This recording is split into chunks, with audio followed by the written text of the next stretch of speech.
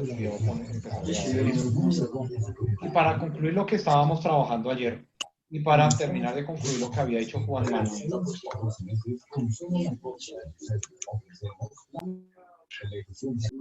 miren que por acá tengo un personaje haciendo ruido.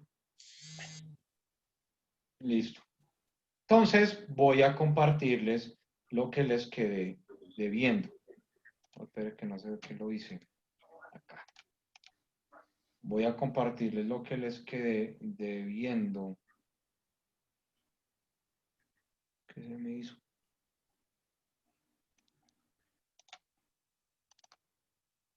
Entonces, Richard Cantillon.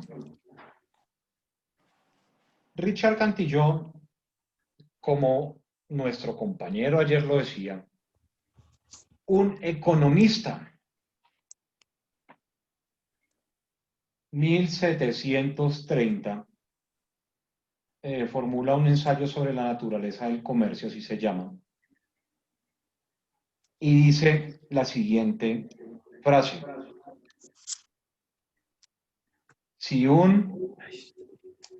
aquellos que tengan el audio activado, a favor de desactivarlo, si un príncipe o un señor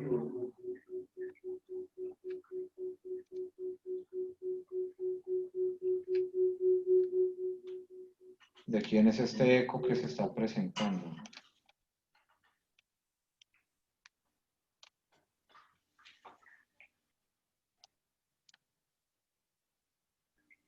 Todos tienen su sonido apagado. Bueno, pilas con eso que generamos unos ecos bastante feos. Profe, disculpe, una preguntita, ¿no enviaste el link al correo? Por favor, es que estoy de mi celular y es muy incómodo. No sé si me lo enviaste. No veo el correo. No, no lo he enviado al correo. Si es tan amable, gracias.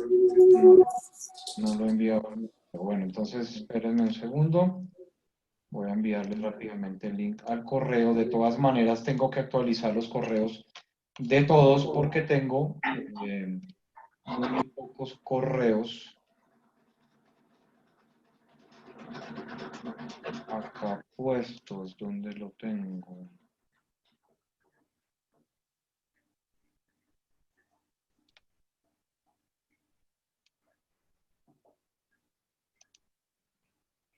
Pero está esto. Regálenme un segundo que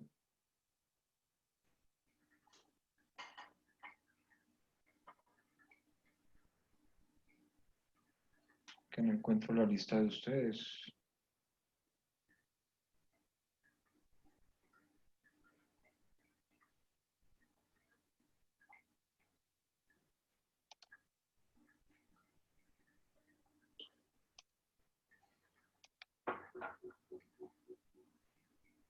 No encuentro la lista de ustedes.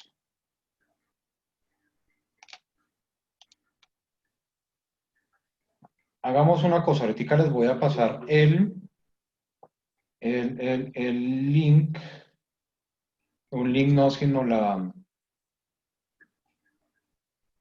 lista para que me actualicen con todos sus correos y que quede ya totalmente definido el correo de todos ustedes, para no estar buscando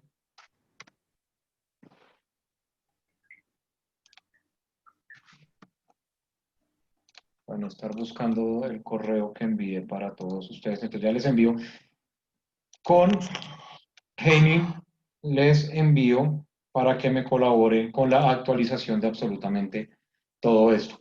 Listo, ok, ya se los envié, no se los envié a todos, pues tengamos en cuenta que no todos están en la lista y para tenerlo lo más actualizado posible. Listo, entonces volvemos con Richard Cantillon, donde nos habla en su ensayo sobre la naturaleza del comercio en 1730. Y entonces el tipo dice, si un príncipe o un señor fija su residencia en un lugar grato y si otros señores acuden allá y se establecen para verse y tratarse en agradable sociedad, este lugar se convierte en una ciudad. Entonces, 1730, un economista hablando sobre lo que es la concepción y lo que tiene que ver con la ciudad. Entonces, estamos hablando que aquí hay un lugar donde la gente se puede reunir, puede... Este berraco eco está un poquito fastidioso. Sí, profe, Eh, apaguen todos los micrófonos, ¿no? Se supone que se les había pedido hace rato. Entonces, para terminar de complementar lo que estaba ayer hablando el compañero, donde dos señores, bueno, estamos hablando de 1730, se pueden reunir en la agradable sociedad, esto ya se puede denominar como ciudad. Y entonces ayer, para complementar lo que estaba hablando nuestro compañero Juan Manuel Ayala, ¿nos puede recordar lo que estaba comentando ayer, Juan Manuel? Sí, profe, gracias. A ver, en la historia de la arquitectura, desde la creación de la humanidad hasta hoy, el arquitecto, la arquitectura es el fundamento económico de la sociedad.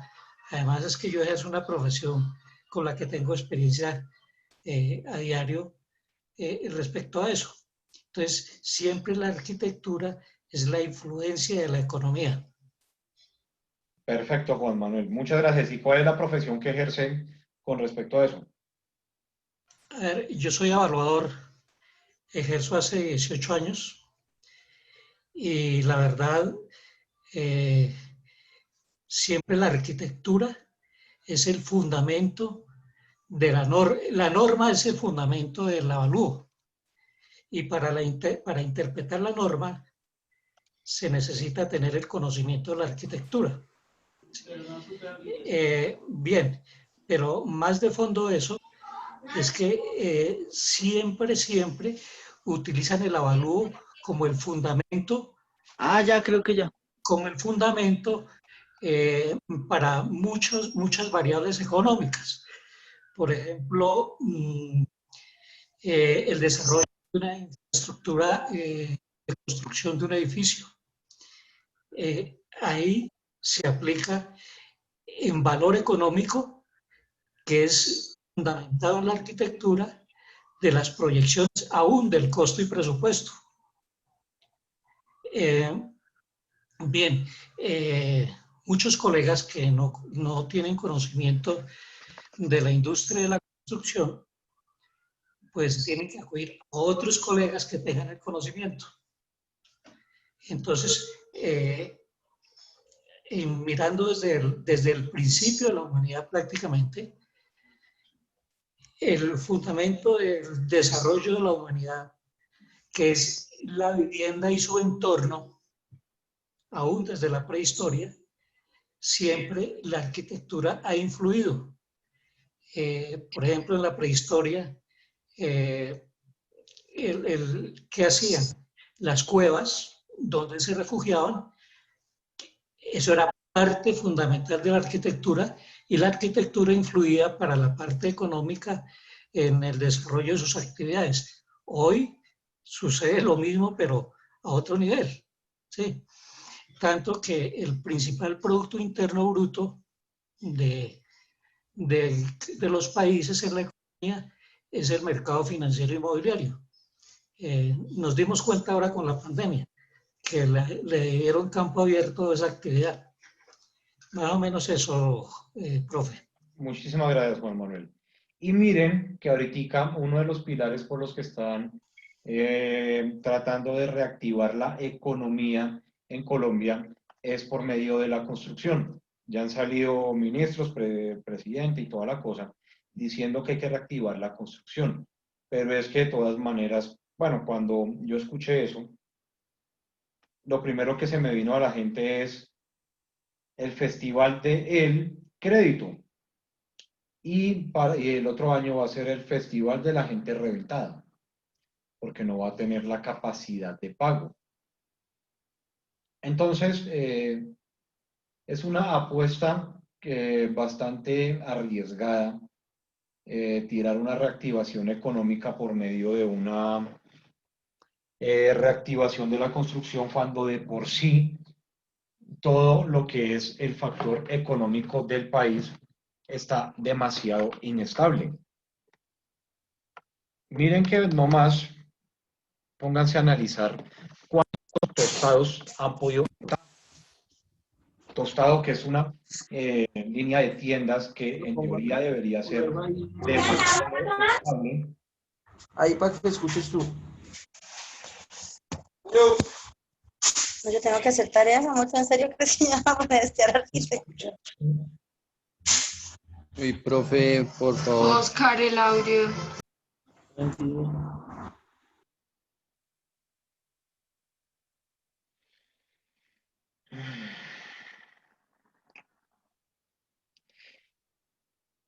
Entonces, sí, podría ser una apuesta demasiado arriesgada tratar de hacer una reactivación económica, reactivando el sector de la construcción, ya que de por sí muchos sectores están con una caída bastante importante. No más viéndolo en el tema de los tostados, o ustedes por donde vean, hay una gran cantidad de locales comerciales desocupados, que en el transcurso de los últimos meses han tenido que desocupar. Una casa ahí en la Merced, había una institución educativa informal, no perteneciente a Educación para el Trabajo y Desarrollo Humano, no era un colegio, ni era una institución universitaria, sino era más bien de trabajo, era informal, donde se hacían cursos y nivelaciones y capacitaciones, y les iba bastante bien, pero esa casa la tuvieron que entregar. Miren nomás para aquellos amantes del cine diferente y demás, Cine Tonalá. Cine Tonalá, que era un negocio tan absurdamente estable. Digo que era tan absurdamente estable porque la Universitaria de Colombia lleva muchos años detrás de esa casa. El propietario de la casa le hizo, no les renovó el contrato de arrendamiento, pues porque por el negocio que representaba para él vender la casa y todo, pero los de Tonalá no decidieron no entregar. Y se opusieron totalmente toda la cosa, pusieron abogados y encontraron de la vía jurídica la manera de no entregar.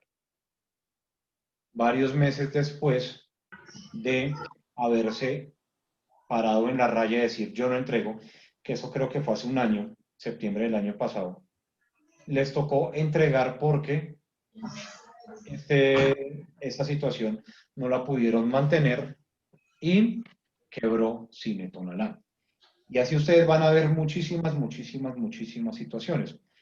Pero no es solo el hecho de que los hijos del señor de Conker, el mago ese, que decía y yes y otra vez yes, eran los propietarios del cine Tonalá, eran los hijos de este personaje. No solamente ellos se vieron afectados por la situación económica, ellos tenían empleados. Los empleados... Pero igual ellos tienen, profe, pero igual ese señor, él tiene también una empresa de construcción, si no estoy mal, ellos trabajan con todo lo que son nivelaciones de pisos. Sí, pero no estamos hablando del propietario de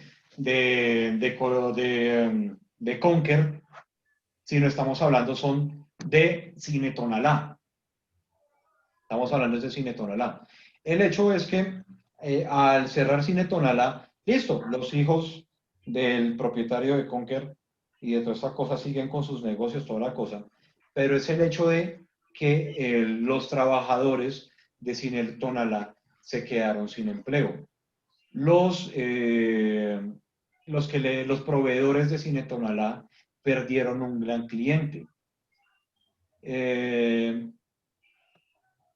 Ese proveedor que le proveía de insumos y demás a Cine Tonalá, lo más seguro es que tuvo que haber echado trabajadores. Tuvo que haber despedido trabajadores. Y esto es una pequeña bola de nieve que va creciendo y creciendo y creciendo. Que entonces uno dice, no, pues que solamente fueron los propietarios de Cine Tonalá. Pero es que no fueron solo los propietarios de Cine Tonalá. No fue el hecho de que el local que entregaron de Tostado, entonces el dueño de ese, el arrendatario de ese local, solamente haya sufrido, no. Pero es que fueron los 6 trabajadores que trabajaban en ese Tostado. Fue las familias de esos trabajadores que vieron afectada su economía.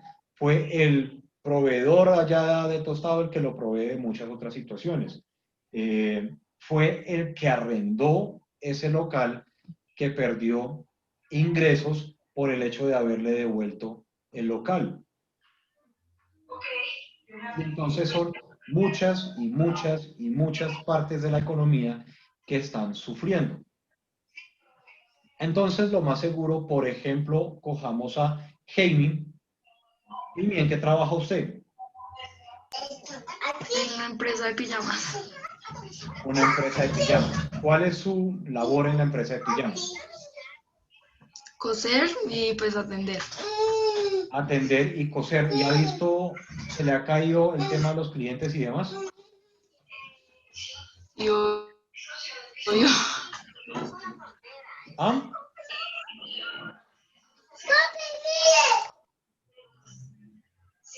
Mi papá, no lo escuché. Sí, señor. Sí le han caído los clientes.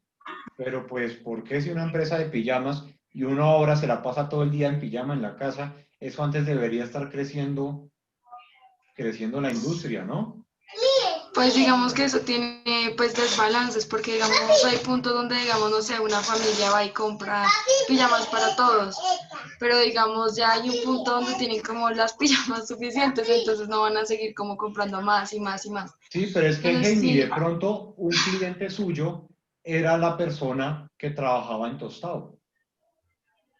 De pronto un cliente suyo era una persona que trabajaba en Cine Tonalá. Acá cerca a mi casa había un concesionario, una venta de carros usados. Había un Ford Mustang hermoso, el berraco, un Rolls Royce azul con blanco. Bueno, imagínese el nivel de carros que había ahí y el nivel del personaje propietario de ese local, de tener uno o dos Ford Mustang y un Rolls Royce. Y lo entregaron.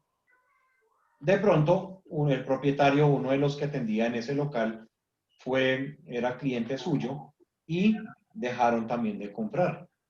Y si el negocio de Jamie se ve afectado, de pronto más adelante, como van perdiendo clientes, hay recorte de personal. Porque eso es lo que termina pasando. Es una gran bola de nieve. Y entonces el proyecto de Jamie, que era hacerse a su casa nueva, le toca detenerlo.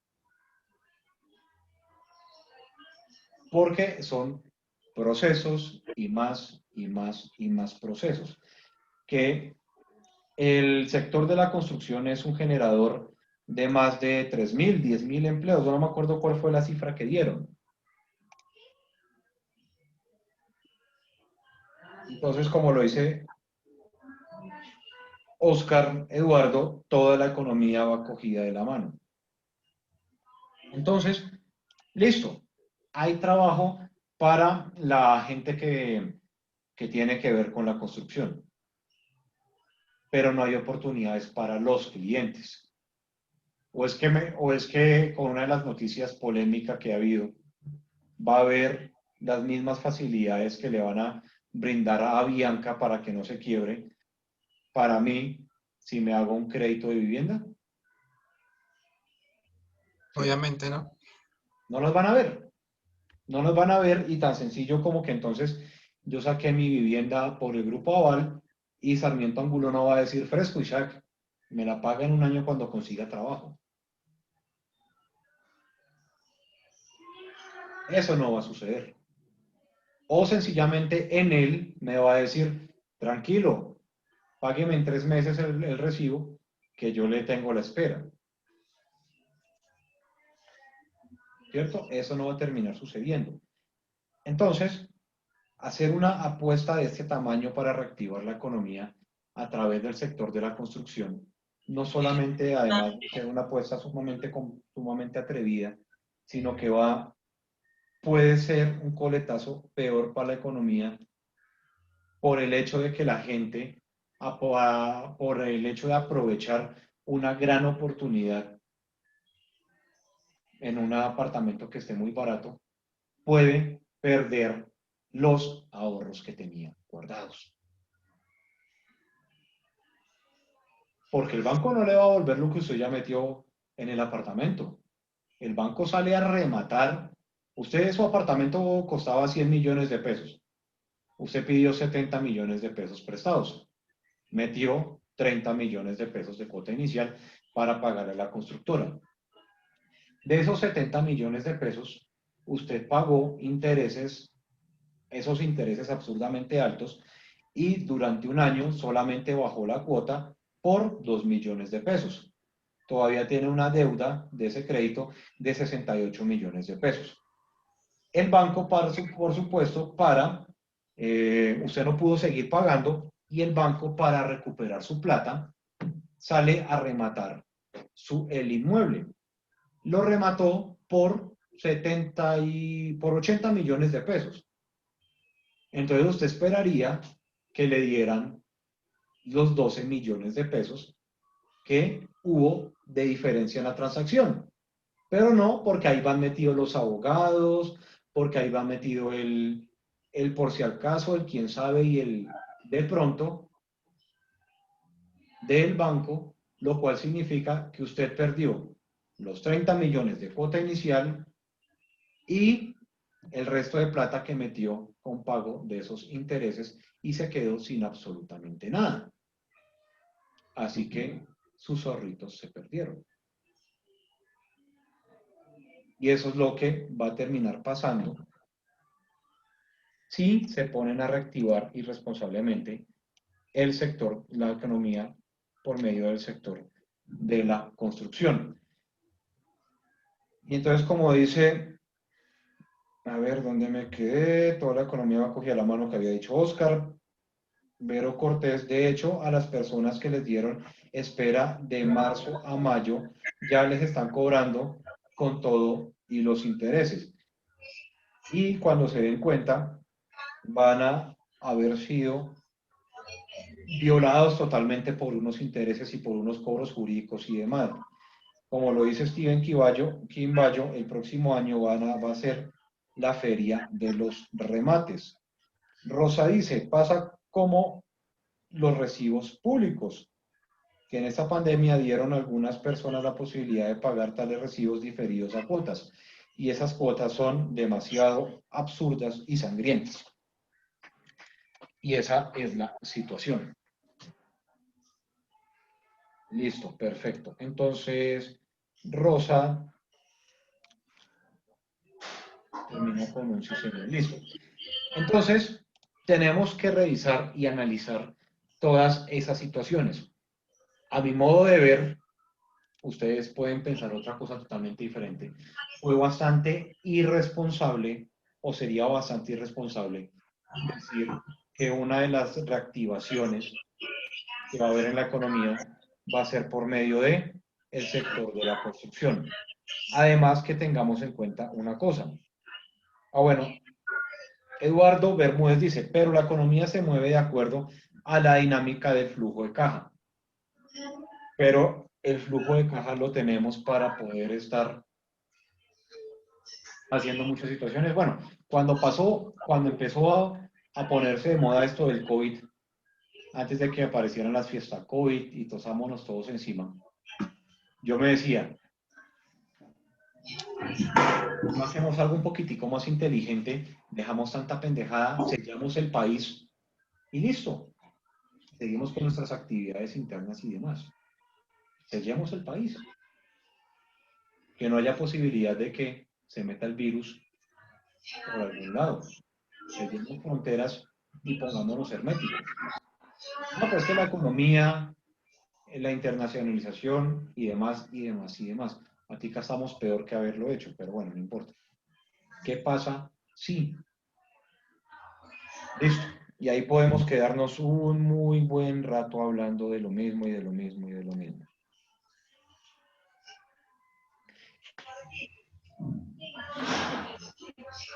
Entonces,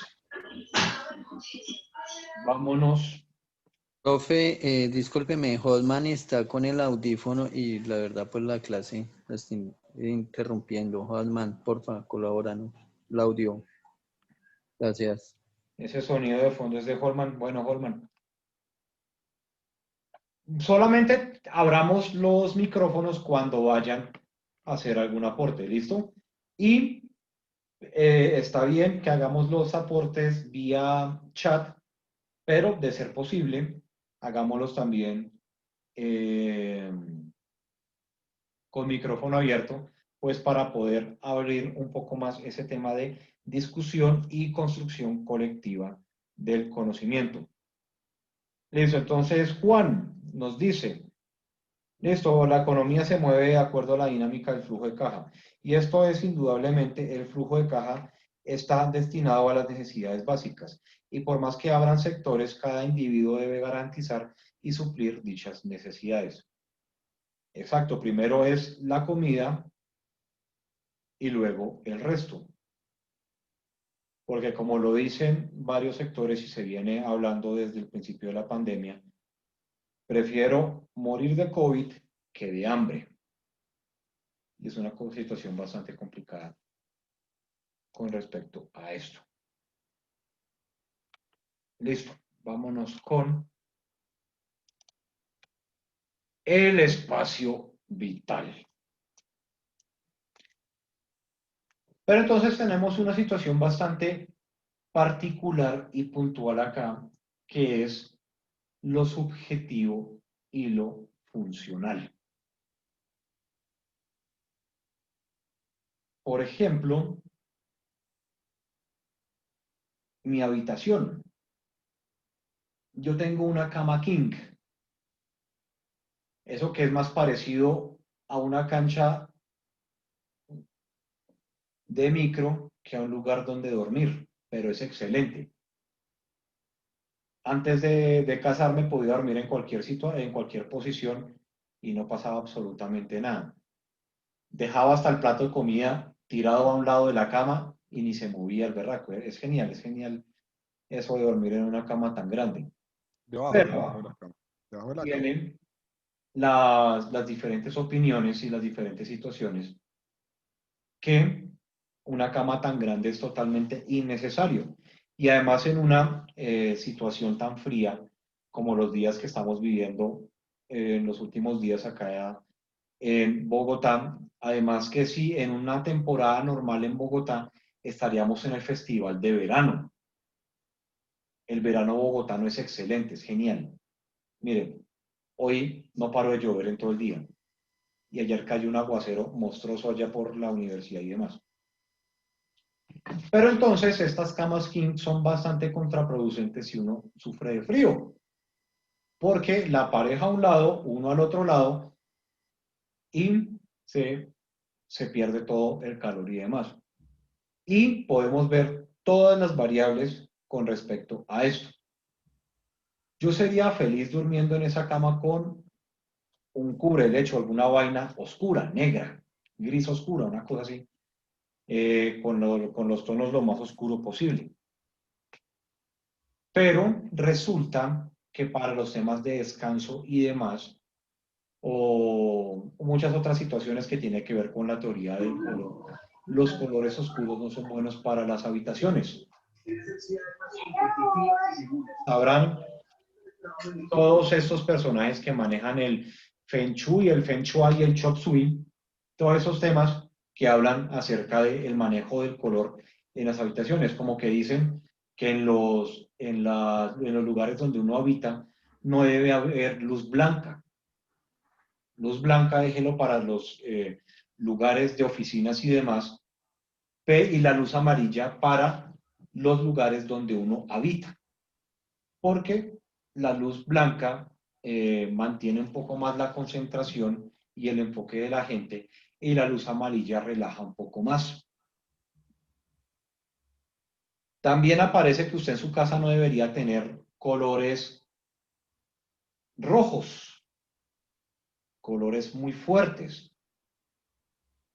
porque así como el cojín de Daniel, el color rojo altera. Por ejemplo, ustedes los que conducen o tienen moto o cualquier cosa, conducen moto, vehículo o demás, se dan cuenta que la señal de pare es roja y grande. Es roja porque es una situación de peligro, que si no para se puede reventar con otro carro que viene desmadrado en el sentido contrario. Entonces, por eso, el pare es rojo.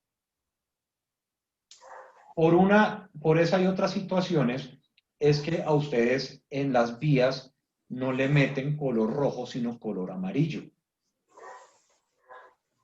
para marcar una situación de una curva cerrada, de una reducción de calzada y todas esas situaciones que hay con respecto a la movilidad.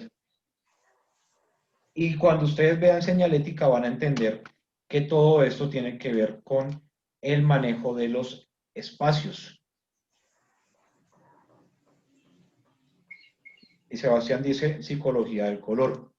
Entonces sí es cómo funciona esto de los colores y demás en los espacios. Por ejemplo, en Bogotá, ya que por acá veo la pared de Michael, de Norma, de Sebastián, creo que Verónica es más un juego de luz que otra cosa,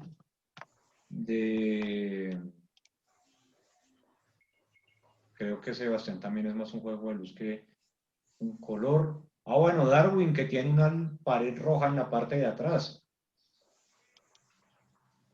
Bueno, y no veo colores. Profe naranja.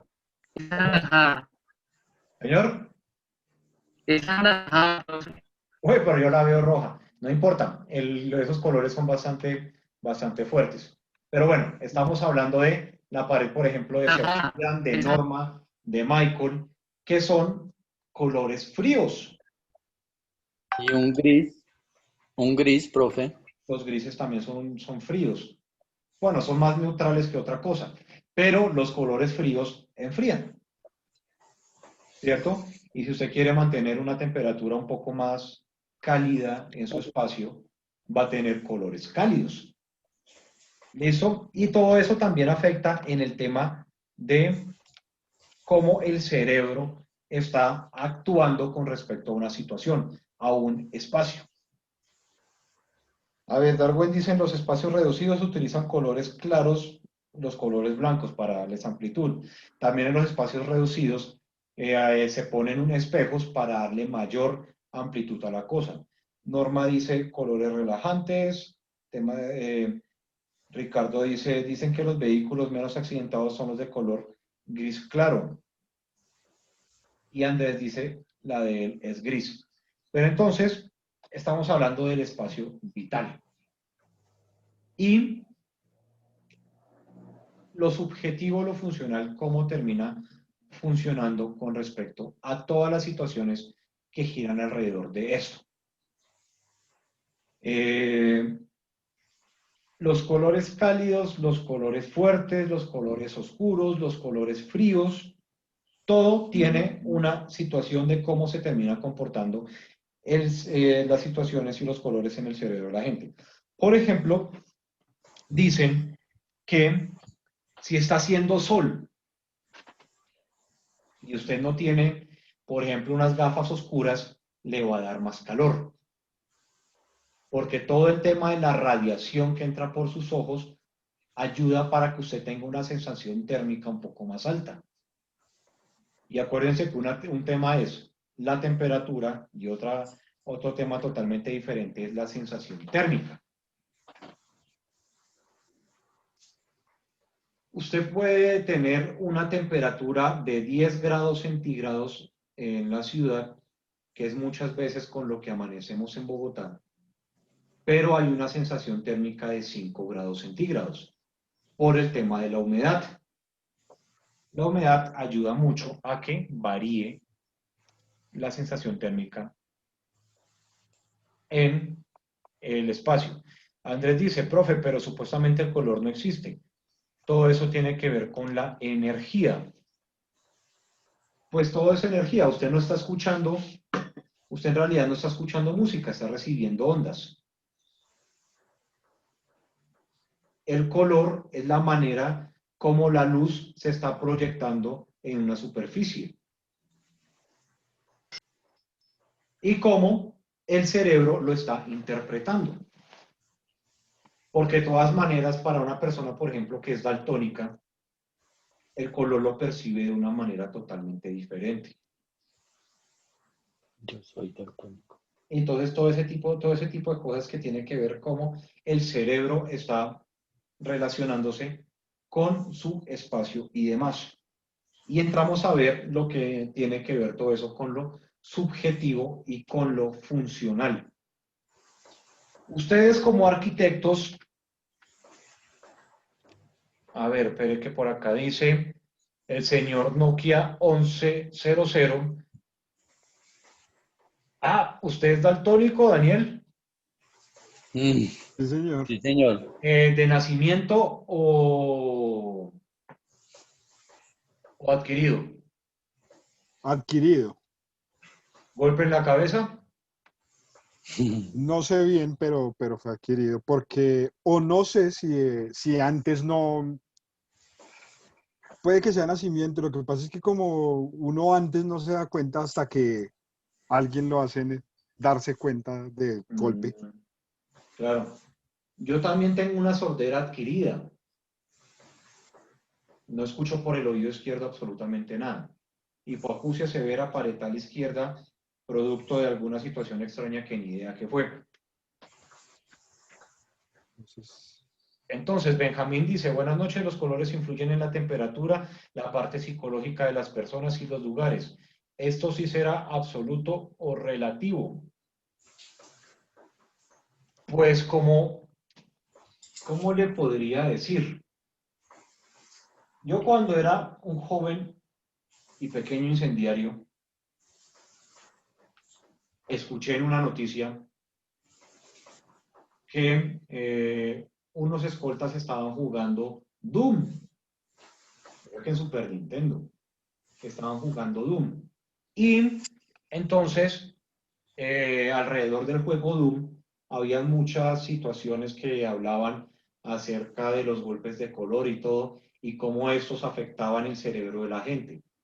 Y entonces una noticia que fue que mientras estaban jugando Doom, unos escoltas, uno de estos personajes se volvió loco y encendió a plomo a todo el mundo y los fumigó. Lo mismo estaban hablando, por ejemplo, de Pokémon. Pokémon cuando empezaba con sus lluvias de color y toda la cosa, brillos, destellos y toda la cosa, estaba generando ataques de... ¿Cómo es que se llama cuando empiezan a temblar y se tiran al suelo y tiemblan mucho? Ataques de epilepsia, profe. Ataques de epilepsia. Epilepsia. Entonces, sí, profe. pues la verdad, en realidad, ¿qué es tanto lo que influya el color y todo en la mente de la gente? Han habido muchos casos que resultan en que el color sí influye mucho en el cerebro de la gente. Por ejemplo, unos alemanes... Señor. De por sí, en la gran mayoría de videojuegos de consolas, esa es una advertencia que está en el momento en que se empiezan a cargar los juegos, ¿sí? Justamente porque hay personas que son mucho más fotosensibles tanto al tema de luz y al tema de las gráficas, ¿sí?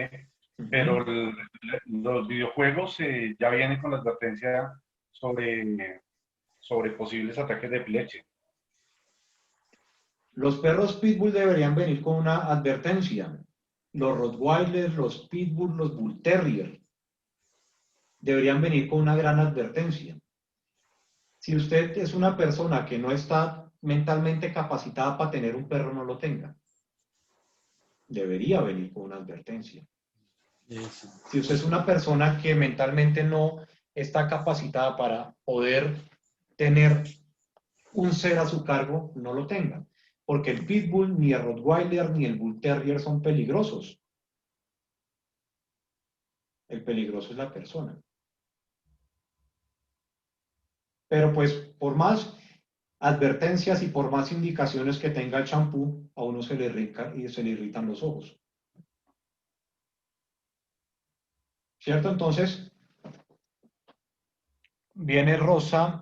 Bueno, Benjamín Rosa dice, en un juego llamado GTA San Andreas, un chico quiso hacer las mismas cosas que el personaje y mató a varias personas en la calle.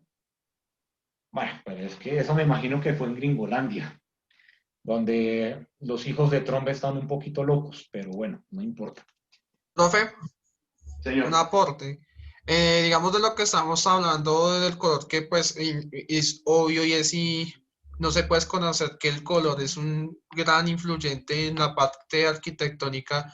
Eso me hace recordar, profe, como cuando, digamos, está este señor Peñalosa siendo alcalde, cuando, digamos, en los barrios así un poco, no decir pobres, pero sí un poquitos, que estaban en las partes altas, cuando pintaron todo eso, todo colorido, pues lo que logra también influenciar en la gente.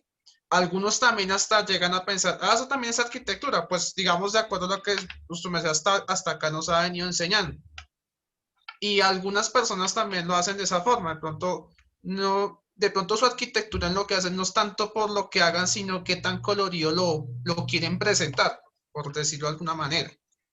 Y dentro de los estudios, Sebastián, que han publicado en los temas sociales y demás, ¿qué modificó en la mente de la gente el hecho que les hayan pintado la casa? De pronto como que la percepción le dieron a la gente, bueno, de no sentirse tan inseguros o como tan, de pronto, no, ¿cómo sería la palabra? Sería como paranoico, no sé. O sea, en algo Creció la percepción de apropiación en el espacio.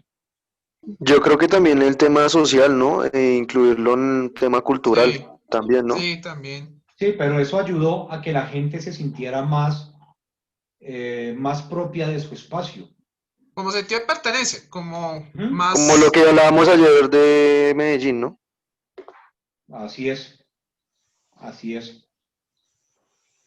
Y por acá pone Andrés que son personas de bajos recursos, o bueno, de bajo poder adquisitivo también le podríamos llamar, para no decirlo pobre, porque de todas maneras estaría un poquito feo decirlo así. Pero entonces mire que son muchísimas situaciones que pueden relacionarse con eso. Por ejemplo, en Alemania, un hospital de tuberculosos, Vaticano, no me acuerdo bien cuál es la característica de la tuberculosis, solo sé que Napoleón y Simón Bolívar los fastidió eso, pero entonces es una enfermedad bastante degenerativa que genera ciertos cambios en la conducta de la gente. Y entonces usted al tener una enfermedad degenerativa, hasta su posición cambia, por ejemplo, cuando está caminando de más. Entonces, una de las situaciones que analizaron y encontraron en ese hospital es que los tuberculosos, por un tema ya más allá, digamos, del entendimiento, rechazan el color amarillo.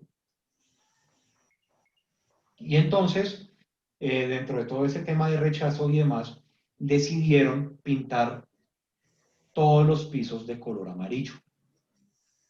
Así, una persona con tuberculosis, como por su enfermedad, esa tos tan salvaje que les dan, empieza a encorvarse, a encorvarse, a encorvarse. Tener los pisos pintados de color amarillo generaba que esta persona, al bajar la vista, tuviera esa repulsión y volviera a erguirse. Y eso ayudó mucho al tratamiento de la tuberculosis en la gente, porque ya no se ensimismaban tanto, ya cambiaba toda la percepción del espacio, podían ver su entorno y al no estar tan encerrados en su enfermedad, cambia totalmente la percepción del espacio y de su contexto. Hay estudios que demuestran y hablan sobre las situaciones que a uno que uno lo tenga totalmente claro ya es totalmente diferente. Pero entonces entra dentro de lo que puede ser subjetivo o funcional. Y voy al hecho de que nosotros que tenemos una carrera tan ligada hacia los temas artísticos, rayamos mucho en la subjetividad, a juzgar los desarrollos o a juzgar muchas cosas dentro de la subjetividad y no nos detenemos a ver la verdadera funcionalidad de las cosas. Por ejemplo, si nos vamos a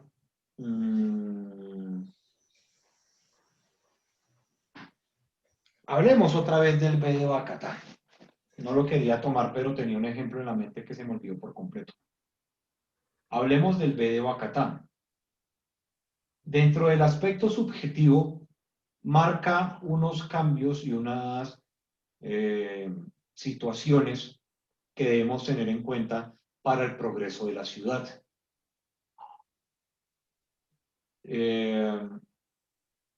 Dentro de la funcionalidad, lo podríamos ver también con el hecho de que ha cambiado la imagen del centro de Bogotá, dando la percepción, mejorando la percepción de la gente con respecto a los temas de economía y seguridad. Cambia la percepción de la gente. Desde los temas funcionales podríamos ver también que se vuelve como un faro de situaciones que atraen y atraen cosas al centro. Pero no podemos olvidar que las características del centro son totalmente definidas. Cada vez que yo voy al centro, se me viene mi apreciación subjetiva y se me activa instantáneamente, y es el hecho que el centro huele a orines. Y llego y de una vuelve esa imagen a mi mente, porque digamos si uno llega por los lados del B de Bacatá o cualquier cosa, puede correr con la mala suerte de encontrar ese olor a orines. Y entonces eso ya lo único que va a generar, por ejemplo, en mi mente es que descuido, sucio, inseguro, pocas oportunidades y muchas más situaciones. Por más de que... Y del 2 también, profe, y del 2 también. Bueno, pero solo hablemos del 1, no nos metamos con temas escatológicos, que eso ya es demasiado sucio, ¿la? Pero deberían haber remedios, profe, porque es que no damos soluciones, sino criticamos. Deberían haber baños porque esto no lo hace la gente de plata, sino Y a un personas habitante que de la no. calle le Por importa eso. ocupar un baño. No, yo creo que sí, donde le metamos empeño a que las personas, yo creo que falta de sociedad. A ver, cierto personaje, cultura. que no voy a decir el nombre,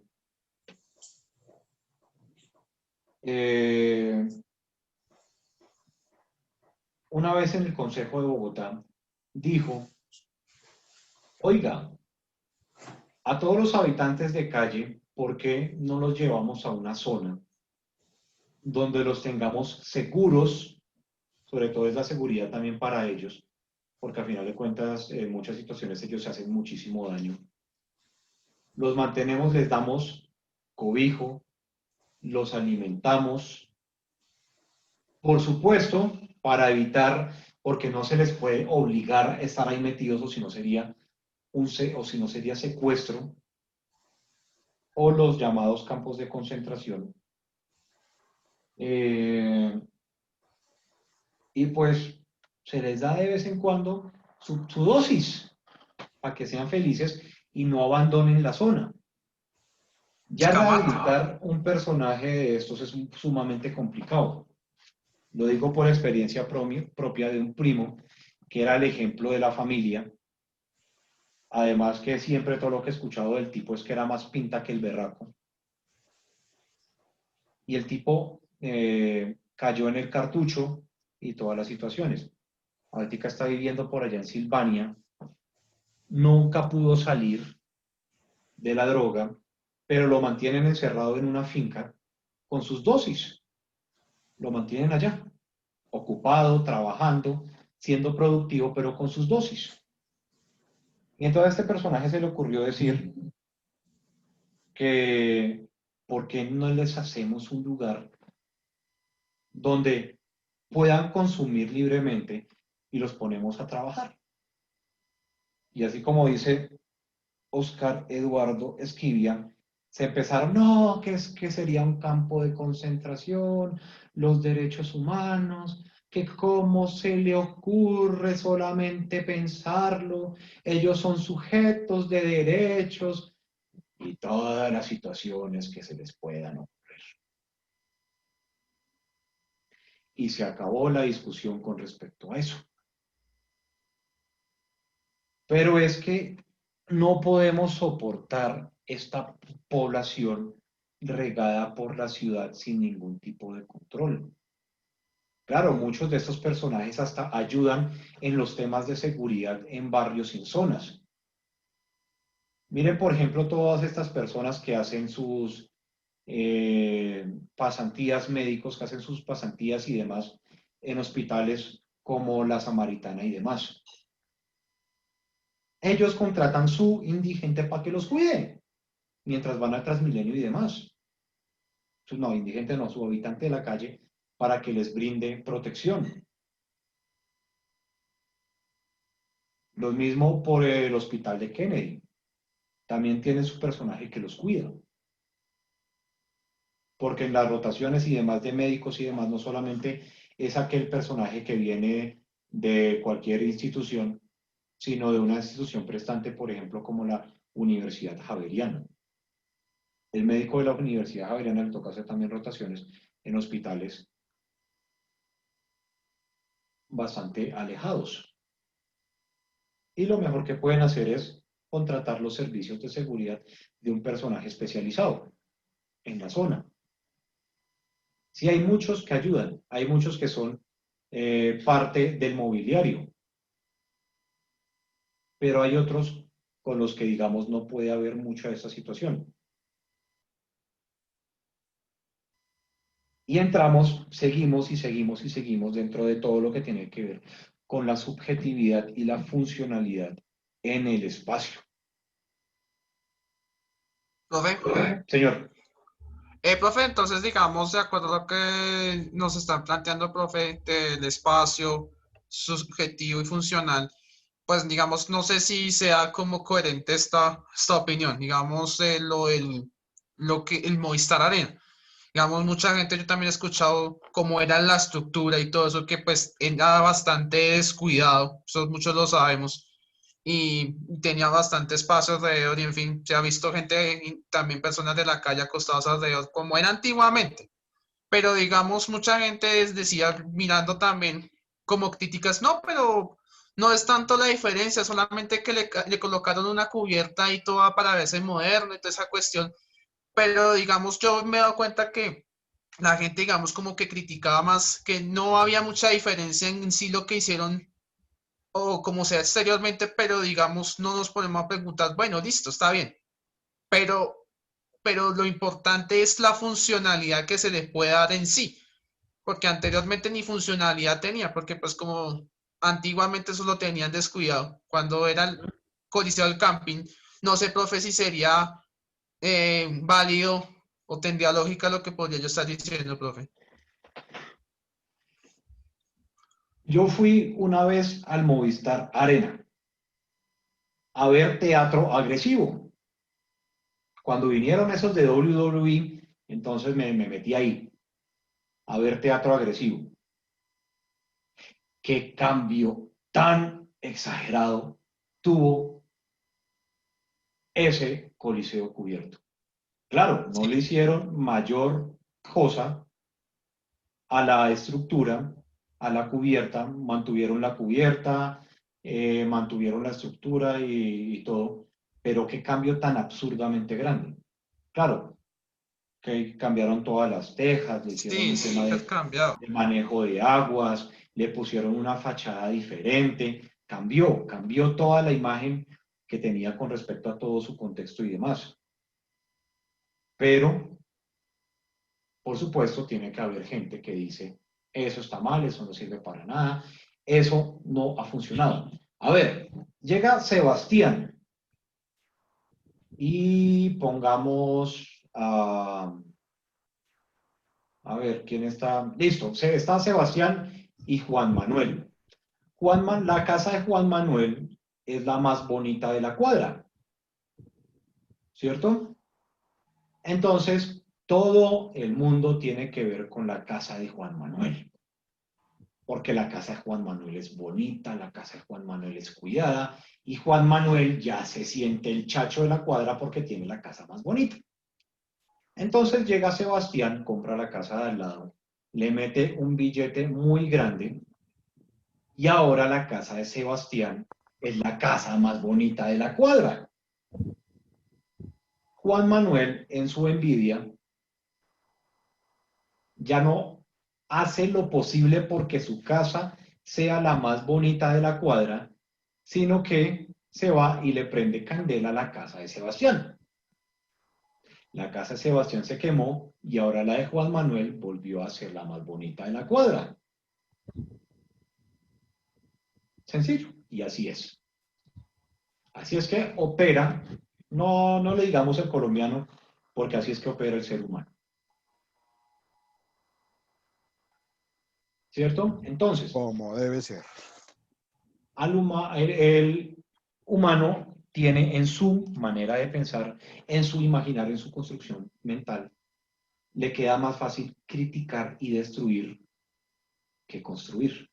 Hacer una crítica destructiva que una crítica constructiva.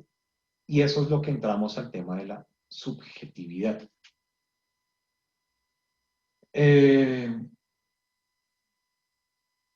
Siempre uno le va a buscar el pelo negro al gato blanco. Y uno no tiende a alegrarse por los logros de los demás. Entonces, resulta que Sebastián lo conozco hace tiempo y Sebastián se compró carro. Sebastián cambió de apartamento. Y entonces yo no voy a decir que chimba, mi amigo Sebastián le está yendo bien. Genial que Sebastián esté progresando. Me encanta que este man haya encontrado mejor trabajo o cualquier cosa. Sencillamente voy a decir, mínimo ahora está traqueteando este man. Mínimo se puso a vender droga o está haciendo alguna marranada de este tipo. Porque el éxito nos duele. Y como ahora la cosa se ve bonita, el Movistar Arena cambió, el Movistar Arena mejoró, eso no sirve para nada. ¿Botaron la plata? Bueno, y es que ahí, además el asunto es que ahí no se votó plata, porque la plata la puso Movistar y se lo dieron en concesión. Sí, en sí es de ellos prácticamente, solo que lo están administrando el distrito. Se lo dieron en concesión. Ellos simplemente están recuperando la inversión que hicieron de la parte privada. Y pues realmente, a mi juicio, es un gran aporte a ese Sí. sector, porque las zonas verdes, las zonas peatonales, el mobiliario urbano que instalaron, canchas, todo ha sido muy, muy bueno para ese sector donde no había así como mucho sitio donde ir a practicar deporte, donde ir a montar en bicicleta, los pelados que hacen skate, o sea, esto fue una gran inversión y a mi juicio fue lo mejor que le pudo pasar a ese sector. Y profe, Lo he también, disfrutado mucho, mucho. Yo tengo una consideración sobre ese tema, y es que, digamos que cuando la política de Estado de un país permite que los recursos del mismo sean utilizados de una forma adecuada para generar los espacios urbanos que se necesitan, pues simplemente no se requiere una intervención privada relevante para que la ciudad funcione como debería. Contrario a lo que pasa en sociedades latinoamericanas y en algunas partes de Asia y África, en donde los recursos del Estado no son usados de manera adecuada y resulta mucho más sencillo y mucho más productivo que entren privados a hacer algún tipo de negociación con equipamiento del mismo Estado para renovarlo, para usarlo, como lo que pasa, por ejemplo, en Colombia con el tema de vías, con el tema de Movistar, con algunas otras edificaciones de tipo dotacional, y se ve un cambio muy interesante respecto a la mejora en cuanto al desarrollo de la ciudad como tal. Para no irnos más lejos, miremos lo que pasó con Transmilenio. Yo tuve la oportunidad de ver la sesión 2 de la clase, y cuando se hablaba sobre el tema de la Caracas cuando estaba a cargo del distrito era un caos total, y cuando se inicia el proyecto de Transmilenio, inicialmente en la 80 y en la Caracas, todo el equipamiento, como lo decía Vero, toda la parte del equipamiento, la funcionalidad, la parte estética, la misma cultura ciudadana cambió. Ahorita, digamos que Transmilenio viene colapsado más por un tema de políticas de administración de tal vez las 2 o 3 últimas alcaldías, pero el modelo de Transmilenio a nivel mundial se viene implementando justamente porque es algo que, si se administra de una manera adecuada por parte de los privados, en una concesión que está siendo dada a ellos, y no hay una intervención directa por parte de un Estado que no tiene la capacidad de administrarlo, pues obviamente los resultados económicos para el privado son muy buenos, pero también desde el punto de vista de funcionalidad para el ciudadano y para la ciudad como tal, los resultados son muy buenos. Entonces, opino que que la intervención privada, cuando el Estado finalmente no tiene la capacidad de administrar su equipamiento, sí es mucho mejor entregarlo con obviamente, ciertos controles a terceros para que ellos se encarguen de administrar y de mejorar la calidad de funcionamiento de esos espacios. Excelente, profe. Eduardo, muchas gracias. Sí, Sebastián. Profe, pues ahí hice una pregunta para todos, pero lo pregunto por lo siguiente, que yo dije, ¿hasta qué punto funcional podría llegar a un punto donde ya no es suficiente? ¿Por qué lo pregunto así? Digamos, hablando de funcionalidad, Juan Eduardo estaba hablando, digamos, yo no sé si alguien más aparte de mí viva en Soacha, pero digamos acá en Soacha cuando llegó hace como 8 años, en el 2013, cuando llegó el Transmilenio acá, obviamente iba a ser súper funcional a pesar de, digamos, de que no había suficiente espacio y todo eso, pero igual para muchos iba a ser funcional y aún todavía es funcional que pues es una herramienta de transporte para muchos de nosotros que trabajamos súper lejos y en fin, pero aún así sentimos no es suficiente porque es una sobrepoblación, como por poner el ejemplo de lo que estamos hablando, ¿sí? Y digamos en cuanto a arquitectura, de donde está hasta donde finaliza la estación de Transmilenio y el restante que falta donde se tiene un proyecto que es casi hacia la entrada en Cibaté, pues el espacio es muy insuficiente. Por eso, profe, pues mi pregunta, ¿hasta qué punto podría funcionar donde uno dice ya no, pues no basta? O sea, es saturado o algo así. Bueno, espérese, antes de hablar eso acá en el mapa. ¿Puedo apuntar algo más, profe? Claro. Miren, el tema nada más del aeropuerto El Dorado. No sé si de pronto alguien tuvo la oportunidad de estar en el antiguo aeropuerto El Dorado y en el puente aéreo de Avianca.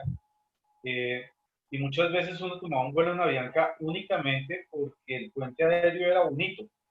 Y cuando le tocaba tomar un vuelo internacional o tenía que tomar un vuelo que no fuera en el puente aéreo, era un caos total porque ese aeropuerto era un desastre total. Con la concesión del aeropuerto El Dorado, Colombia se puso en el ranking, si la memoria no me falla, es el primero o tercer mejor aeropuerto de Latinoamérica y está dentro del ranking de los mejores aeropuertos del mundo, pero fue por la intervención que se dio por parte de terceros gracias a la concesión, porque el Estado no tuvo la capacidad ni de administrarlo, ni de renovarlo, ni de garantizar que funcionara de una manera adecuada teniendo en cuenta la cantidad de vuelos y la cantidad de personas que estaban migrando o visitando Colombia, y eso permitió que la imagen de Colombia también cambiara muchísimo, nada más con la entrega de la concesión del aeropuerto Dorado.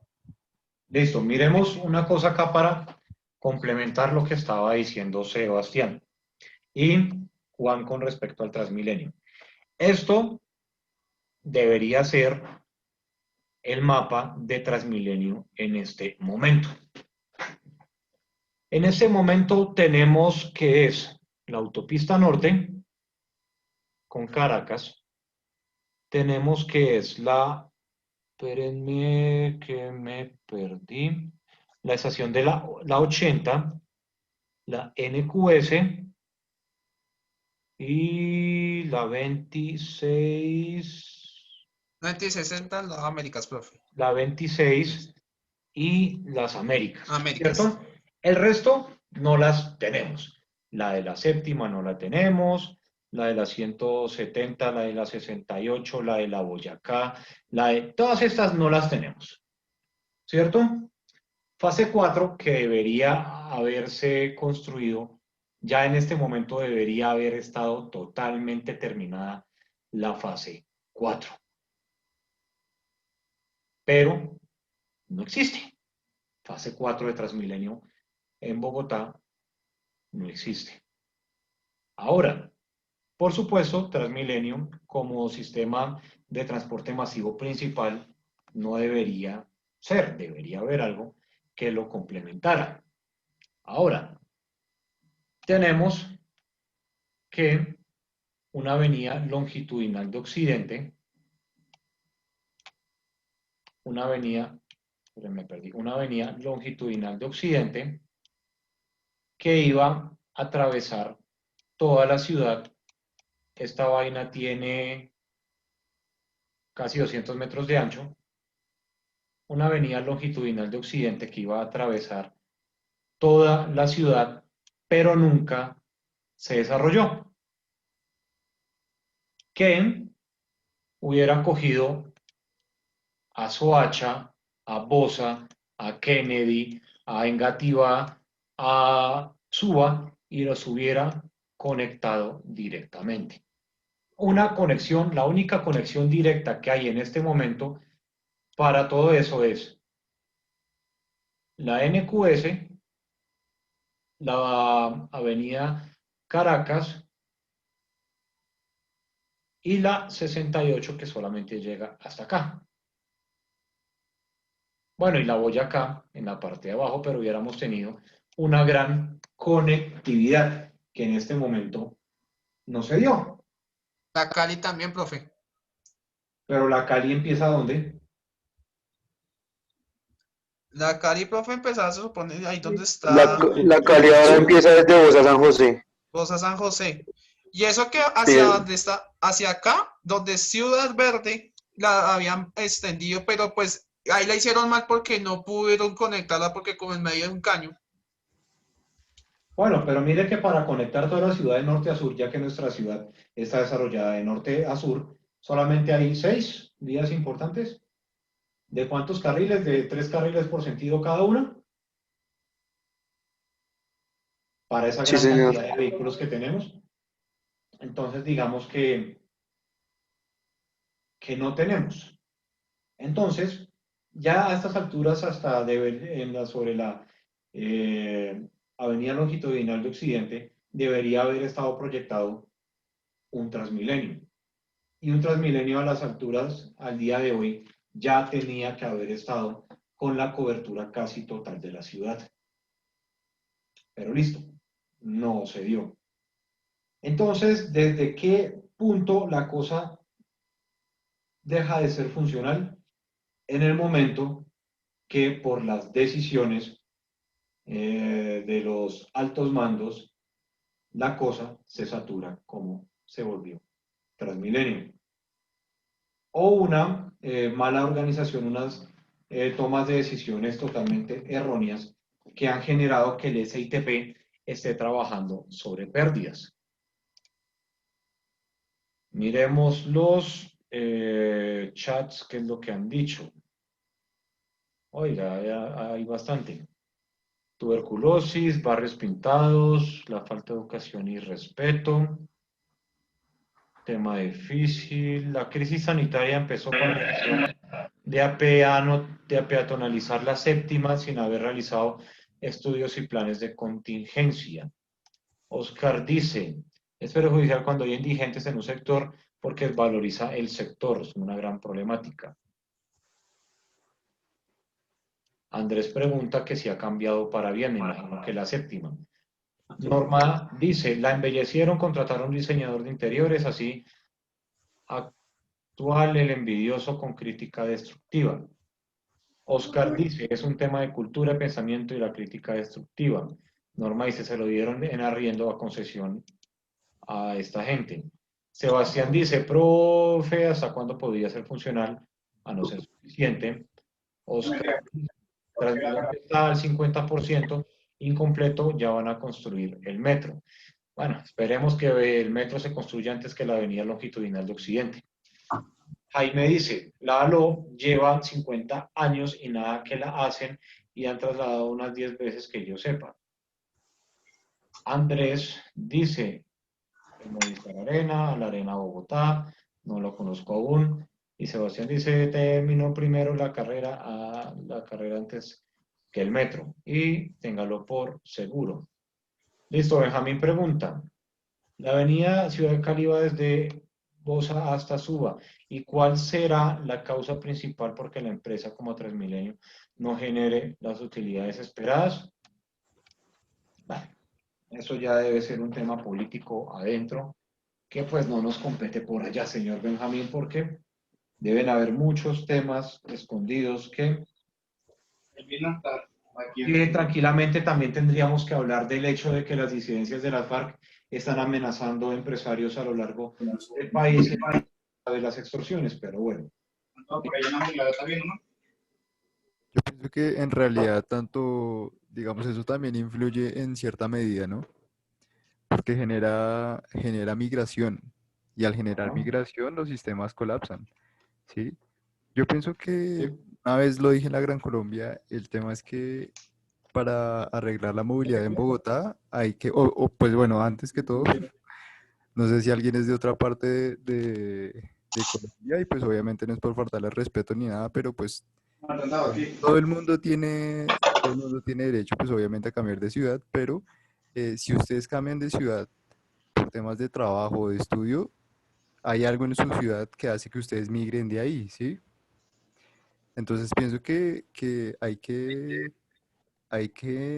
generar como ciertas políticas y meterle también a las demás ciudades, ¿ya? Entonces, por ejemplo, dicen, uy, no, pero es que Medellín funciona terriblemente bien, Medellín no sé qué, entonces hagamos un conteo de personas de cuántas personas hay aquí en Medellín, cuántas personas hay de la costa, o sea, qué está pasando en esas ciudades que no funciona, ¿sí? Porque entonces en Semana Santa los sistemas de Transmilenio y todo eso sí funciona, ¿sí? O sea, yo creo que hay que entrar a analizar eso en vez de estar pensando como, metámosle más a estas vías, porque pues obviamente podemos llenar a Bogotá de muchas vías, el metro, pero pues no sé, pienso que eso es un tema importante. El fin. Es un tema de planificación. Bueno, yo quería hacer una réplica de lo que decía el compañero, ya que yo soy una persona que no nací en esta ciudad, yo nací en Cúcuta y pues no me siento como aparte de la ciudad porque la siento mía, trato de aportarle lo más que pueda y no creo que la problemática sean los de afuera. Yo creo que eso es un problema muy local y es que las personas acá no suelen unirse. Nosotros los santanderianos a veces peleamos mucho y nos dicen que somos peleones, pero realmente somos muy unidos. Y pongo un ejemplo de que, por ejemplo, Roma, como epicentro del imperio, fue la ciudad que más atrajo inmigrantes de todo el imperio en su época. Y lo que hicieron ellos fue utilizar ese potencial para crecer, para sobresalir sobre muchos ámbitos. Entonces yo creo que ese no es el problema de la ciudad. Hay mucha discordia, hay mucha sectorización y yo creo que lo que se diferencia mucho de Medellín, porque la conozco, es una ciudad muy bonita, pero no me atrae vivir allá, es que ellos todos van para el mismo lugar y acá todo el mundo puja, pero por otro lado, cada uno como con su individualismo, con sus ganas digamos, de yo quiero sacar mi tajada de esta parte. Entonces, yo creo que no es una cosa. Exactamente. Sí, sus propios intereses. Sí, pero Sí, mire, señor. mira, Elkin, que ese no es un tema solamente de cultura a nivel de Bogotá o de Latinoamérica, es un tema mundial. Si uno mira ciudades como Nueva York, como París, como la misma Madrid, los temas de migración siempre terminan generando que quienes llegan están buscando obviamente tener un beneficio propio independiente de su entorno, independiente de bajo qué situaciones tienen que lograr los propósitos que están buscando, pero las decisiones de Estado sí influyen en el sentido en que a pesar de que haya una población cultural muy diversa, pueden coexistir sin que existan grandes diferencias sociales o económicas. Uno en Nueva York puede encontrar barrios enteros de chinos, pueden encontrar barrios enteros de iraníes, bueno, de diferentes culturas. Y digamos que ese sectismo, no lo llamamos sectismo, llamémoslo esa aglomeración de personas de una misma cultura hace que ellos puedan convivir bajo sus parámetros culturales sin ningún problema con personas de otras culturas. Diferente, por ejemplo, lo que pasa aquí en Bogotá, que hay quienes dicen, no, es que los costeños tal cosa o es que los paisas tal cosa. Las políticas de Estado muchas veces permiten que las personas puedan coexistir sin que haya divergencia en la forma como ellos se manifiestan culturalmente en la ciudad y logran tener finalmente un propósito común. Algo que ocurre, por ejemplo, en Medellín, es que sí, los paisas pujan por su lado porque ellos son supremamente regionalistas, pero en Medellín hay gente de muchísimas partes, no solamente de Colombia, sino del mundo, y por las políticas de Estado de Medellín, que no dependen solamente de los mandatarios de turno, sino de unas decisiones que se toman planificadas, de unas decisiones que permiten decir, nosotros vamos a hacer esto dentro de tanto tiempo, y se esfuerzan por cumplirlo. Eso hace que haya un cambio social y un sentido de pertenencia de las personas que viven en Antioquia con respecto a, a otras personas que viven en otras ciudades, por ejemplo, como Bogotá. Listo, Juan. Antes de darle la palabra a Diego, que levantó la mano, usted haga eso que intenta hacer en Transmilenio, de sentarse en el acordeón, a ver si no lo levantan de 3 patadones en el metro. ¿Listo? Y la gente allá no lo hace para evitar que lo levanten a patadas. Diego. Profe, buenas noches. Yo creo que sí, lo que dicen mis compañeros es bastante lógico a lo que la problemática que vivió Bogotá, pero creo que de acuerdo a lo que dijo uno de los compañeros, no recuerdo cuál es el nombre, creo que tampoco no es el tema de las personas que lleguen acá a Bogotá, sino también de que aquí los bogotanos sí somos muy trabajadores y todo, pero el tema es que siempre hemos sido muy egocentristas. Entonces creo que la educación siempre debe venir desde nuestros hogares, ¿no? Y si desde el principio no nos enseñan a cuidar nuestra ciudad o a aportar para ella, pues nos quedará complicado que la ciudad pues sea cada vez mejor. Entonces pienso que es una problemática de todo, en cualquier ámbito, en todos los ámbitos que maneja la ciudad. Perfecto, Diego, gracias. Miren con respecto a eso que les digo de que un personaje en el metro donde lo levantan de en 3 patadones y se tira en el piso, pero acá estamos viendo que un personaje se está robando un extintor del Transmilenio y dejamos que suceda, ya sea porque lo más seguro es que no nos vaya a sacar un chuzo o cualquier cosa, pero nos volvimos Diferentes. tan indiferentes que ya nada nos importa.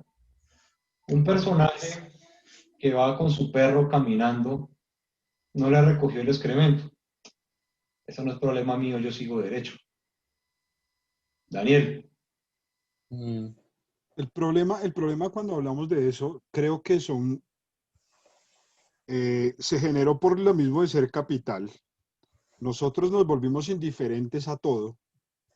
Entonces, cuando llega una persona de otra ciudad aquí a Bogotá y se da cuenta que el propio bogotano es indiferente, pues al que le importa. Como estaba diciendo el ejemplo del profe, uno va a otra ciudad, sea Medellín, sea Pereira, Armenia, Manizales, donde sea, donde uno no es de allá, y uno llega como rolo y le da por botar el papel y voltea a mirar a un lado y una señora lo está mirando con cara de levántelo, pues uno le da pena y lo levanta porque sabe que está haciendo mal. Pero esa misma persona en Bogotá bota el papel y voltea a mirar y nadie lo está mirando. Y el que lo está mirando lo mira como que me importa un carajo que esté haciendo. Entonces, pues uno no lo levanta y sigue su curso. Pues la cultura que le han enseñado, listo. Si no la pone en práctica, pues listo, está haciendo que nosotros mismos somos los culpables de que esas cosas no pasen. Volvemos al punto de Medellín, ¿por qué? Porque en Medellín sí, desde pequeño le enseñan y la señora al lado no solamente le enseñó a usted su mamá, sino las vecinas también le está enseñando y el policía y el señor que camina delante suyo, todo el mundo anda en la misma onda. Por eso es que pasa lo que pasa. La Feria de las Flores es un evento gigante donde en Medellín hacen una cabalgata por la ciudad, donde van un sinnúmero de caballos, no sé, 100 caballos. Los caballos cagan, mean, hacen de todo, pero si usted está y va a una Feria de las Flores y espera a que pase toda la cabalgata, detrás de toda la cabalgata van los barrenderos limpiando y arreglando.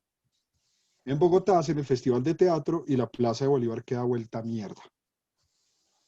Y dura 2 o 3 días así, mientras el viento sopla y riega unas cosas, y es mientras mandan a los del aseo a limpiar. Entonces, si nosotros no ponemos, si la gente no pone de sí, y el Estado tampoco ayuda, pues entonces por eso pasa lo que pasa. Mire, Barranquilla. Mi abuela vive allá y antes del COVID viajaba bastante. Hablando con estos maravillosos taxistas que son geniales, si un taxista en Cachacolandia es chévere, imagínense un taxista en Costeñolandia, que además, bueno, son absurdamente geniales esos tipos, quejándose por el tráfico. Y yo en mis adentros decía, ¿pero de qué se queja este tipo? Porque había una fila larga en el semáforo.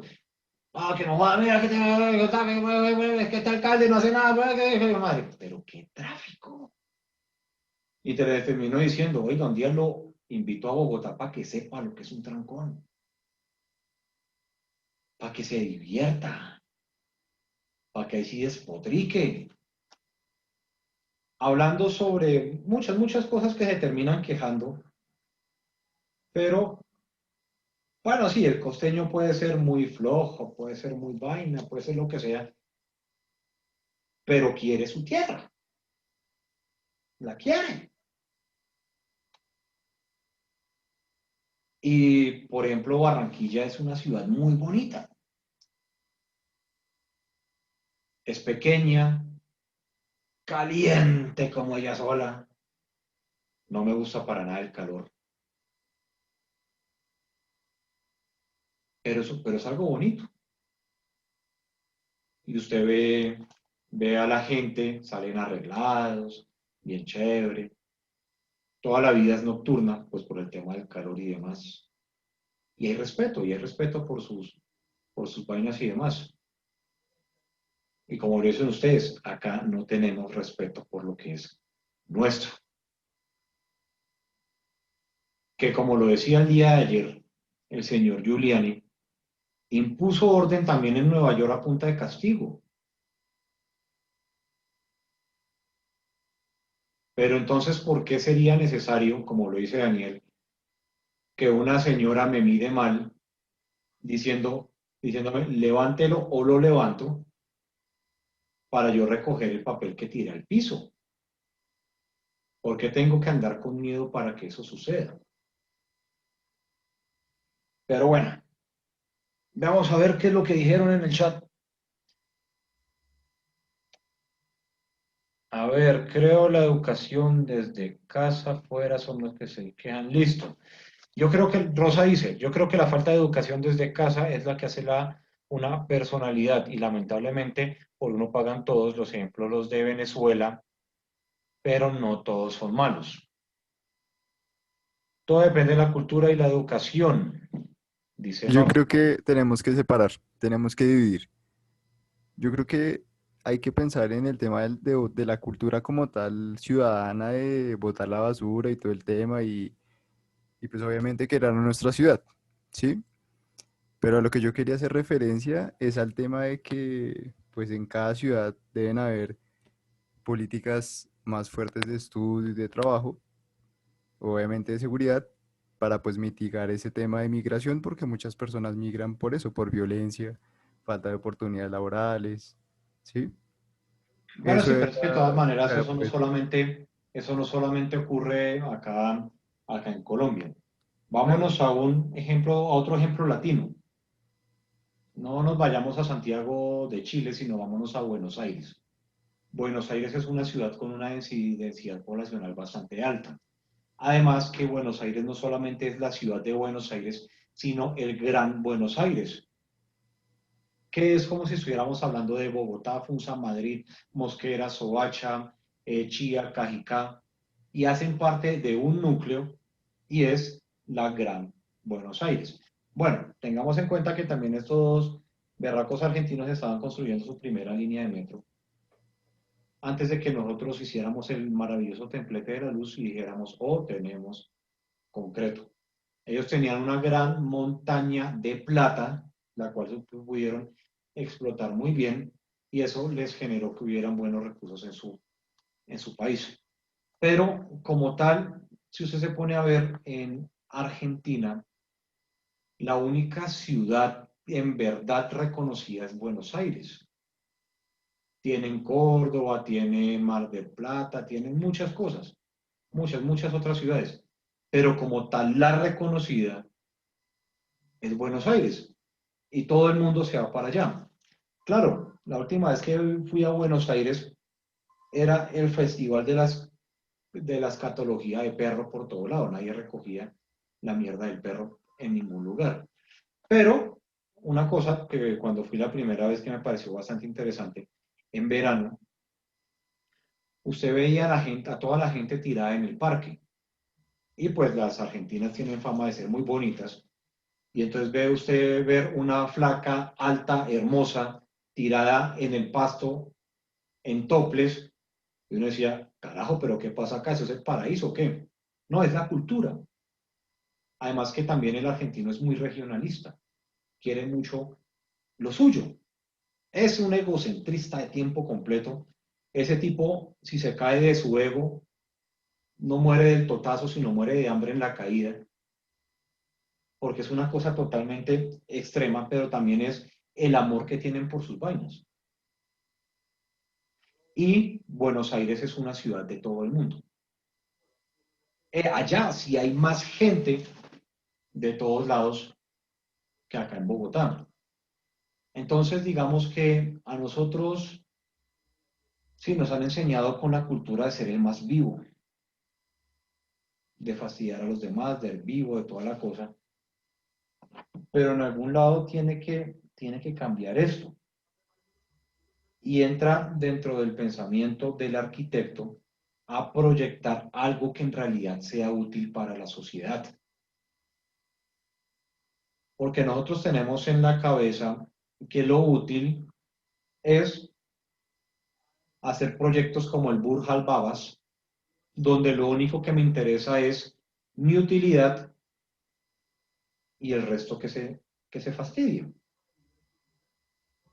Pero en realidad, ¿dónde está la capacidad del arquitecto para abandonar esa subjetividad e ir directamente a lo que realmente la gente necesita? ¿Dónde está en realidad la funcionalidad de la arquitectura? Profe, pero digamos que sobre ese tema viene lo mismo, es decir, es un tema de decisiones de Estado, ¿sí?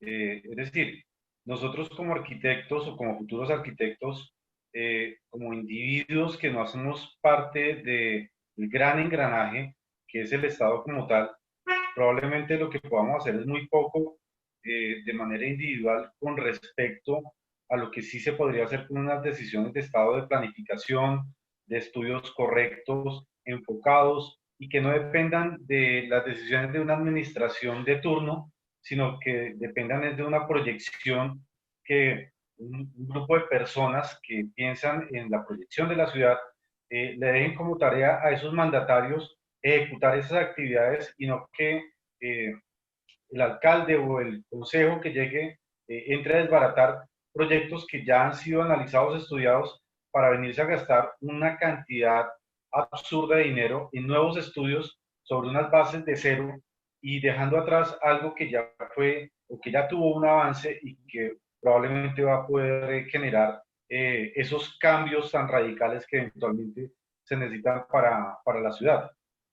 Bueno, Eduardo, una cosa ya viendo la hora para finalizar, para que ustedes alcancen a ir por su merienda y alcance yo a dejar todo listo para que mi esposa venga a dar su clase de economía.